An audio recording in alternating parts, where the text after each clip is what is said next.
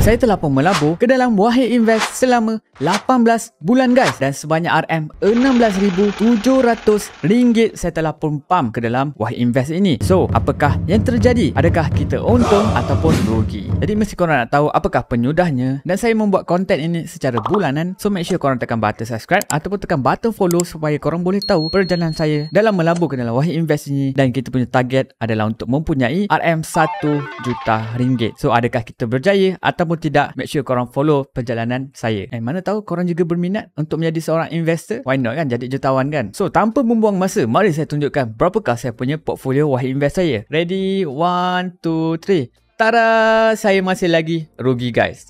So sebelum ni saya untung, tetapi pada bulan 12 ini saya punya kerugian adalah negatif RM1,300. Negatif RM1,300 guys. Aduh. Haya, saya rasa macam nak lompat je. Saya nak lompat je guys.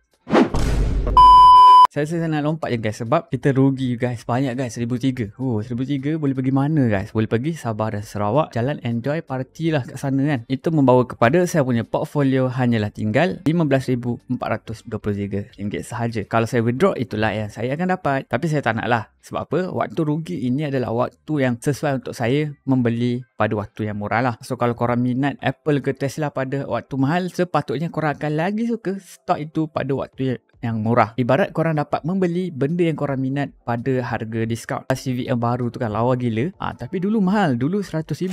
Tiba-tiba ada diskaun 50% kan. Tinggal RM50K saja. Patutnya korang lagi minat lah benda tu. Patutnya waktulah korang akan buy. Sama lah seperti melabur ke dalam mana-mana yang korang, benda yang korang minat lah. Contoh macam dalam ni, kalau tiba-tiba dia dah bagi diskaun 50%, patutnya korang akan buy lah. Ini memang adalah trik-trik market ataupun psikologi dalam dunia financial ni. Pada waktu rendah, bukan orang buy, dia orang sell. Itu most average people lah. Kita tak nak buat macam tu. Kita akan elakkan, kita akan lawan, kita akan pump lagi duit, lagi rugi, lagi pump, lagi rugi, lagi pump. Pelik. Tetapi itulah bagaimana dunia ini berfungsi. So portfolio yang saya invest adalah US stock. Korang boleh lihat di sini 15,000 berada dalam global stock. So apabila kita tekan ini, dia invest dalam Wahid FTSE USA Syariah ETF dengan ticker code-nya HLAL. So duit yang korang pump akan pergi beli benda inilah, ETF ini halal. So kita baru saja 2% daripada kita punya target untuk menjadi seorang jutawan di dalam Wahid Invest ini. So kita punya target adalah sebelum 2050 kita akan berjaya menjadi seorang jutawan.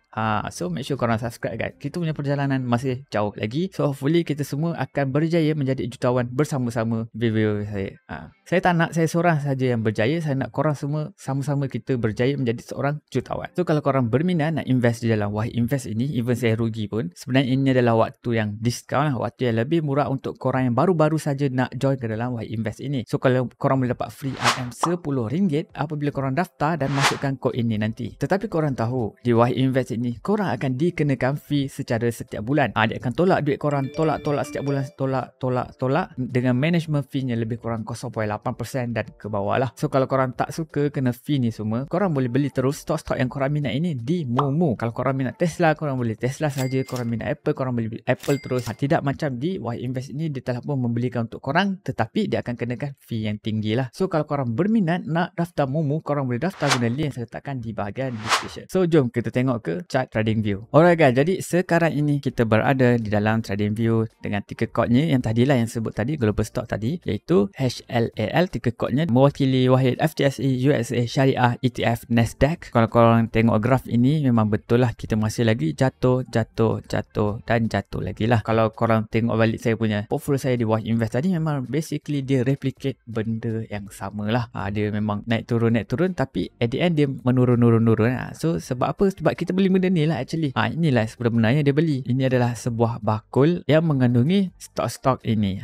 So inilah top 10 holding. Apple paling besar, and then Microsoft, Tesla, ExxonMobil, J&J, Chevron dan macam-macam lagi. So pada bulan 12 hari itu kita telah pun menerima dividen guys. Pada 28 Disember sepatutnya kita telah pun menerima dividen sebanyak 10 sen untuk setiap share lah. Maknanya kalau kita ada satu share, kita beli RM34 ni kan, untuk satu share kita akan dapatlah 10 sen dividen. So kalau nak dapatkan RM1 ataupun $1, kita perlu invest $340 lah untuk dapatkan 10 stok. Kalau dapatkan $10 kena invest RM3,000 lah. Macam itulah lebih kurang. So ini adalah performance terhadap HLAL ataupun Wahid Invest ni lah sebenarnya. So pada bulan lepas, untuk 1 bulan sahaja guys, kita telah pun mengalami negatif 6.85%, which is which is sangat-sangat sakit lah sebenarnya. Dan untuk 1 tahun sahaja kita telah pun mengalami negatif 29%, which is memang sangat-sangat sakit lah, negatif 20%. So ini adalah reality kalau korang melabur ke dalam unit trust ataupun senang cerita stok lah. Negatif 20% ni memang tak pelik, dah berlaku depan mata kita, dah berlaku dah pun. So kalau korang mana hati tak kering tu, korang boleh invest dalam ASB ataupun tabung haji saja. So di sana kita tak pernah lagi rugi lah, so far tak pernah lagi rugi. Tetapi apabila korang invest di dalam ini memang akan rugi, especially korang biasalah, korang start je terus rugi. Memang market ni memang dengki lah kepada orang-orang baru. So nak macam mana kita rugi tapi in long term ataupun orang yang sabar akan menang at the end of the day. So kita tunggu saja. So bila kita tengok WTI, ini adalah oil, crude oil kita nampaknya telah pun mengalami penurunan yang agak kritikal. So dalam masa sebulan lepas dia telah pun bergerak $81, telah pun jatuh sampai ke $72 and then naik semula kepada 79. So tapi pada 2 hari lepas dia telah pun jatuh dengan sangat mendadak balik lah, daripada $80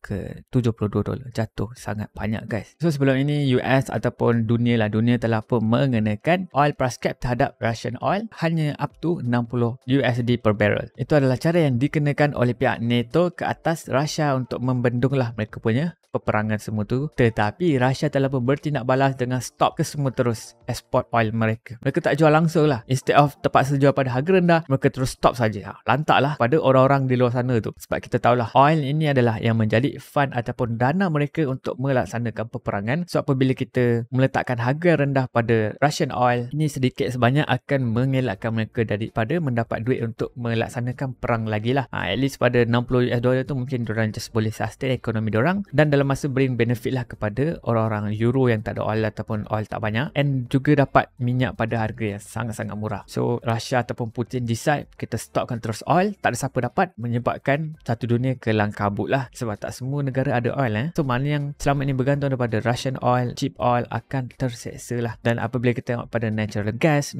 juga jatuh dengan sangat mendadak, which is diakibatkan oleh winter di negara Europe adalah tidak sejuk seperti yang dijagakan. Maknanya bila tidak sejuk, tak perlu guna banyak sangat energi untuk panaskan rumah mereka. Itu bermakna demand yang kurang lah terhadap natural gas, and then mereka juga telah pun siap penuhkan mereka punya tabung ataupun storage terhadap natural gas mereka. So mungkin sebelum ini naik, mungkin sebab semua orang berebut-rebut nak penuhkan mereka punya tangki gas ataupun tabung gas mereka lah. Tetapi disebabkan ianya tidak sejuk, demand kurang, supply pula berlebihan, menyebabkan harga akan terus crash dengan sangat mendadak lah. Banyak guys, daripada $7 jatuh ke $4, lebih kurang 40 ke 50% kejatuhan dalam masa sebulan, which is sebenarnya sangat mendadak lah. Tapi sebelum itu dia telah naik kau-kau lah pada hampirlah ke $10. Ini pada waktu awal perang hari itulah di antara Russia dan Ukraine telah pun melonjakkan harga natural gas ini. So apabila kita lihat, ini adalah top 10 company yang wahid beli Apple 14%. So apabila kita tengok stok Apple, mari kita tengok Apple pun stok jatuh tanpa batasan guys. So pada bulan 12 itu paling tinggi dia boleh capai adalah $150, and then dia jatuh sampai ke $126 guys. Macam tu saja. So bila kita tengok sini, 1 month performance negatif 14% guys. So memang tak pelik langsung lah kenapa kita rugi. Kita invest banyak guys. So kalau korang invest RM100, RM14 akan pergi kepada Apple, and then RM12 akan pergi ke Microsoft. Tetapi korang boleh nampak Apple saja guys. Apple, hampir semua anak-anak muda membeli Apple. Memang sangat-sangat demand lah Apple ni, tapi harganya sangat mahal. Kalau murah saya rasa semua orang nak beli, tapi dia mahal kan. Tetapi korang boleh nampak one year punya performance negatif 30% guys. So memang no wonder lah kita boleh rugi. Tetapi that is the beauty of korang DCA. Korang invest secara berkala, sikit demi sedikit, tak kisah mahal ke murah ke, korang invest sikit-sikit secara disiplin, secara konsisten. Actually kita tak kena pun negatif 30%. Mungkin kita kena dalam negatif 10%, negatif 20%, tapi kita tak kena lah sampai negatif 30% ya. So that is the power of DCA. Tapi tak boleh lawan adalah Tesla. So kita membeli Tesla sebanyak 3% lah. So kalau RM100 korang invest, RM3 akan mengalir pergi membeli stok Tesla, dan korang boleh nampak lah harga stok Tesla memang sangat-sangat sendu gulana, tak indah langsung lah. Untuk 1 month performance adalah negatif 40% dalam masa 1 bulan guys. So pada bulan 12 paling tinggi adalah 195, and then the drop kepada 113. So daripada harga 200 jatuh 111. Memang menghampiri 50% lah. The better number lah, itu negatif 40%. Dan untuk 1 tahun dia telah pun mengalami negatif 71%. So even Bitcoin korang kata scam tu semua, baru hanya mengalami negatif 60%. So korang boleh nampak even dalam dunia stock ini pun adalah sangat-sangat volatile. So kalau korang nak invest secara individual di Mumu semua, korang kena bersedia lah, dan korang kena anggap stock ni sama je macam kripto. Memang dua-duanya sangat volatile, sangat-sangat bahaya lah. Ya betul, memang boleh buat duit yang banyak di stock dan juga kripto, tetapi korang juga boleh rugi duit yang banyak di stock dan kripto. Korang yang kena ingat benda tu. Kalau boleh untung, maknanya boleh rugi. Tapi benda ni memang kita susah nak predict lah. At least korang buat kajian. Kalau betul kajian korang betul, kemungkinan market ataupun ekonomi mengatakan korang tak betul. Tapi macam biasa, short term memang macam tu, tapi kita punya decision kita biasa adalah untuk long term lah.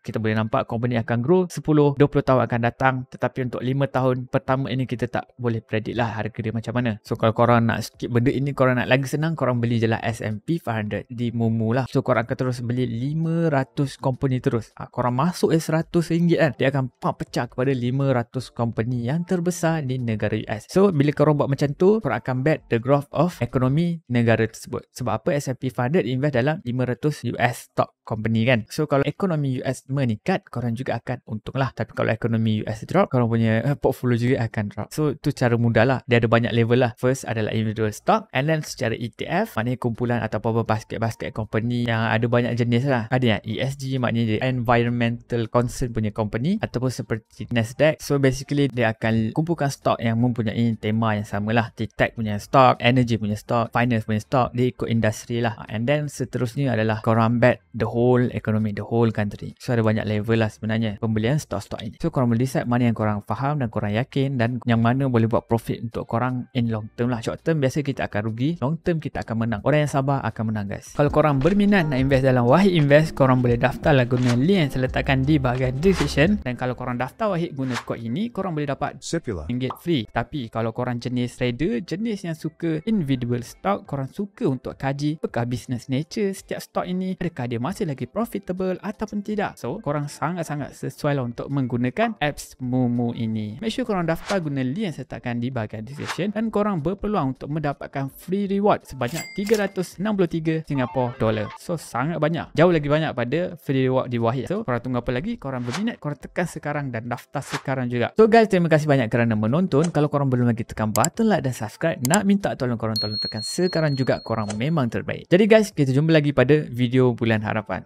Bye.